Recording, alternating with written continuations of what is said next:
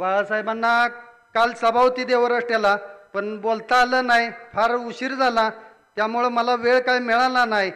पण आज इथं वेळ दिला मला नेवरी गावात. मी आभारी आहे इथल्या लोकांचा की सर्वसामान्य एक माणसाला वेळ दिला, एका कार्यकर्त्याला, युवा नेत्याला.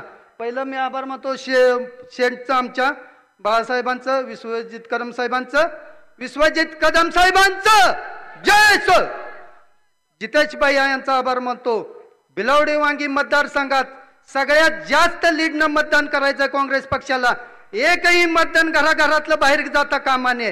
ही अटीतटीचं इलेक्शन आहे आजपर्यंत सगळ्यात मोठं साहेबांच्या पाठीमागं ठाम उभा राहायचा आहे. आणि ज्या कारखान्यानं बिल दिलं नाही आपलं, त्या कारखान्याला ऊस घालवायचा का ह्या आपल्या कारखान्याला ऊस घालवायचा, ह्या जनतेने ठरवायचं आहे. बिलवडी वांगी मतदारसंघातल्या गेटवरून बाहेर काढतात लोकांना. एमडी तुमच्या पगारातला पैसा घेऊन एमडी काम करतो तिथं, त्याचा पगार कोण दुसरा देत नाही. शेतकऱ्याच्या पगारावर जगतो तो एमडी बाहेर जावा म्हणतो गेटच्या. अशी शेतकऱ्याला वागणूक देणारा नेता चालत नाही. असं वागणूक शेतकऱ्याला देऊन, शेतकरी हा सगळ्या देशाचा का नाही, सर्वसामान्य शेतकरी आहे, सगळ्यांना सन्मान असावा. ही वागणूक अशी नसावी.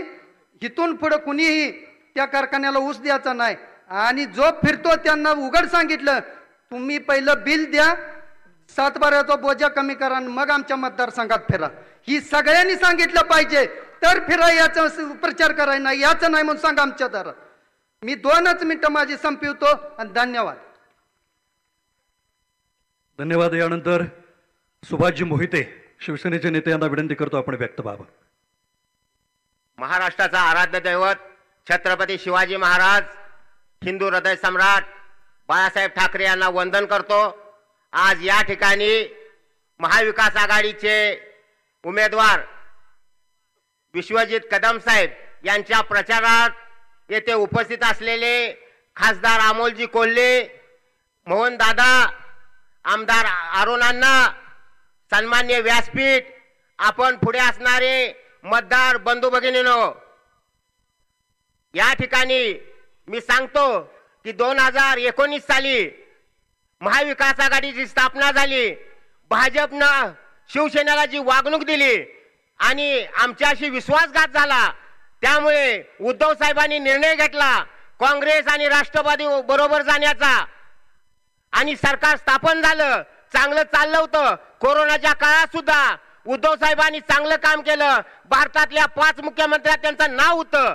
परंतु 2.5 वर्षानंतर परत दगाफटका झाला आणि आमचे खोकेबाज 40 गद्दार फुटले आणि आपलं सरकार पडलं. पडल्यानंतर तिने कांगावा केला. आम्ही हिंदुत्व उद्धव साहेबांनी सोडलं म्हणून आम्ही सरकार पाडलं. परंतु सांगतो या ठिकाणी की प्रबोधनकार ठाकरे, शिवसेना प्रमुख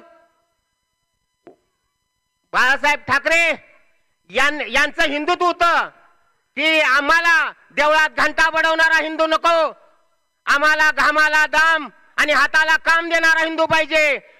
या ठिकाणी सुद्धा या मतदारसंघात खासदार साहेब स्वर्गीय पतंगराव साहेबांनी भारतीय विद्यापीठ आणि संस्था चालू केल्या आणि हाताला काम दिलं. सहकारी साखर कारखान्याची निर्मिती केली. दादानी ते चांगले इथं ऊसाला दर दिला, शेतकऱ्याच्या घामाला दाम दिलं. ही हिंदुत्व आहे. आम्ही हिंदुत्व सोडलेलं नाही. ही या ठिकाणी सांगतो. दुसरी गोष्ट एकच सांगतो की आपण ऊसपट्ट्यातली माणसं आहोत. ज्या ज्या वेळेला ऊसाचा विषय निघतो त्यावेळेला कुठल्या कारखान्याने किती दर दिला आणि एफआरपी 1 रकमी मिळाली का 2 रकमी मिळाली याची चर्चा होते. खासदार साहेब या ठिकाणी आहेत. खरे इथेनॉलचं धोरण, ज्या वेळेला रसाचा इथेनॉल टाकीत जायची वेळ येते त्यावेळेला निर्यात बंदी होते. SMP 3100 रुपयेवरून 5 वर्ष वाढलाच नाही. या भाजपच्या धोरणामुळे शेतकऱ्याचं तुमचं कंबरडं मोडलं. आयात निर्यातीचं धोरण भाजपचं चुकीचं आहे, त्यामुळे आपल्याला त्याचा त्रास होतोय.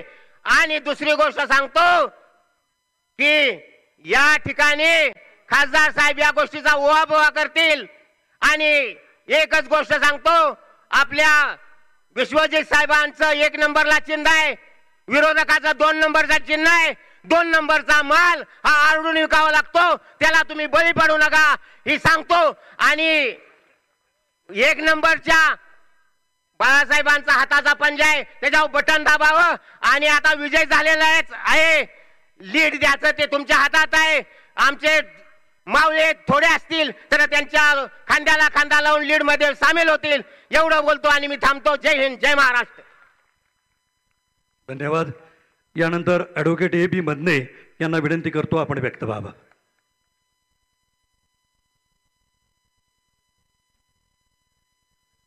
महाराष्ट्रामध्ये आणि देशामध्ये ज्यांचं एक आदरानं नाव घेतलं जातं असे आजच्या कार्यक्रमाचे आपले पाहुणे आदरणीय खासदार साहेब, फुले साहेब, या ठिकाणी आमचे ज्येष्ठ नेते दादा, अण्णा आणि आजचे आपले उमेदवार आदरणीय विश्वजित कदम साहेब तथा बाळासाहेब, मला थोडा वेळ या ठिकाणी दिलेला आहे. खासदार साहेब, मला आपल्याला सांगायचं आहे, हे जे कुटुंब आहे आमचं कदम कुटुंब जे आहे, या कदम कुटुंबाच्या बरोबर गेली 40 वर्ष साहेब आणि शेठ राजकारणात जेव्हापासून आले तेव्हापासूनचा कडेपूर मधून असलेल्या काही लोकांच्या पैकी मी एक आहे. सांगायचा उद्देश हा आहे, या ठिकाणी जी जनता बसलेली आहे ह्या जनतेमधले माझ्यासारखे ह्या मतदारसंघामध्ये बसलेल्यामध्ये लाखो लोक या ठिकाणी कदम कुटुंबियांच्यावरती आणि पर्यायाने काँग्रेसवरती प्रेम करणारी ही आमची माणसं आहेत. कदम कुटुंबियांच्या बाबत बोलायचं म्हणलं तर संपूर्ण महाराष्ट्र आणि संपूर्ण देश जाणतो. आमचे कैलासवासी नेते आदरणीय पतंगरावजी कदम साहेब यांच्याबरोबर तुम्हाला आम्हाला सर्वांना दिवस पाहायला मिळाले, चांगले दिवस पाहायला मिळाले. परमेश्वराने त्यांना आपल्यातून लवकर नेलं आणि विश्वजित कदमांच्या वरती ही संपूर्ण मतदारसंघाची धुरा सांभाळण्याची वेळ आली. आदरणीय मोहन शेठ आणि आदरणीय पतंगराव कदम साहेब यांनी हा मतदारसंघ उभा केला. काँग्रेस पक्ष या जिल्ह्यामध्ये राबवला, काँग्रेस पक्षाची वाढ केली आणि सगळ्या काँग्रेस पक्षाचे या ठिकाणी महाराष्ट्रामध्ये आणि देशामध्ये या मतदारसंघाचं नाव केलं. हे सांगत असताना निष्ठा ही जी लोकांची या मतदारसंघातली या कुटुंबावरती आहे ही निष्ठा उगीच राहत नाही. यांचं काम आहे मोहन शेठ दादा आणि पतंगराव साहेब आणि त्यानंतर आता आपले तरुण युवक जे नेते उभे आहेत या ठिकाणी विश्वजित कदम यांचं फार मोठं काम आहे. आम्हाला सर्वांना वाटत होतं की निश्चितपणे विश्वजित कदम साहेबांच्या पाठीमागे ही धुरा व्यवस्थितरित्या सांभाळणार, परंतु आमच्या अपेक्षेपेक्षाही त्यांनी मतदारसंघाचं आणि या महाराष्ट्राचं या ठिकाणी कारभार चांगल्या पद्धतीने चालवायचं मंत्री म्हणून काम केलेलं आहे. तेव्हा आम्हाला सर्वांना स्वाभिमान आहे, अभिमान आहे. आमचा नेता हा एक उत्कृष्ट नेता आहे. मगाशी मी आत येताना जरा उशीर झाला, कुणीतरी म्हणलं की अनेक भाषा इंग्रजीवरती प्रभुत्व आहे. सगळ्या बाबतीत आमचा नेता सरस आहे. त्या कुटुंबाबरोबर माझ्यासारखे तुम्ही देखील सगळी मंडळी कित्येक वर्ष आपण प्रामाणिकपणे काढली, निष्ठेने काढली. पतंगराव साहेबांच्या नंतर आता होणारी तिसरी निवडणूक आहे बाळासाहेबांची. आम्हाला निवडून याची काळजी नाही खासदार साहेब. आम्हाला आता लीडचा प्रश्न आमच्या पुढे उभा आहे. विश्वजित कदम हे निवडून आलेलेच आहेत आणि ते निवडून आले तर असं मी जाहीर करायला सुद्धा मला काय वाटत नाही, कारण त्यांचं काम आणि पक्षाचं काम आणि इतर पक्षांची असलेली साथ या ठिकाणी अरुणांना आहेत, त्यांचाही उल्लेख करावा लागेल. अरुणांना आहेत, आदरणीय दादा आहेत, आदरणीय शांताराम बापू आहेत, जितेश भाई आहेत. ही सगळी तरुण फळी जी आमची उभी आहे या ठिकाणी ही सगळी फळी माणसात मिसळणार आहेत, सगळीकडे जाणार आहेत. प्रत्येकाच्या सुखदुःखात मिसळणारं कदम कुटुंब आहे आणि त्याची जाण तुम्ही आम्ही सर्वांनी ठेवली पाहिजे. विश्वजित कदमांच्या सारखा एक तडफदार उमेदवार आपल्याला मिळालेला आहे आणि त्या उमेदवाराच्या पाठीमागे सर्वांनी खंबीरपणे उभं राहणं आपल्याला गरजेचं आहे आणि तुम्ही निश्चितपणे हा मतदारसंघ उभा राहील आणि म्हणून हाताच्या चिन्हावरती आपण या ठिकाणी आपल्या 20 तारखेला होणाऱ्या मतदानामध्ये मतदान करून घेणं हे आपलं कार्यकर्त्यांचं काम आहे आणि त्या पद्धतीनं राबवलं जाईल. आपण सगळेजण राबवाल आणि विश्वजित कदमांना एका प्रचंड मताधिक्यानं आपण निवडून देऊ याची खात्री देतो तुमच्या सर्वांच्या वतीनं आणि माझं छोटंसं भाषण संपवतो. जय हिंद, जय महाराष्ट्र. धन्यवाद बंदे साहेब. यानंतर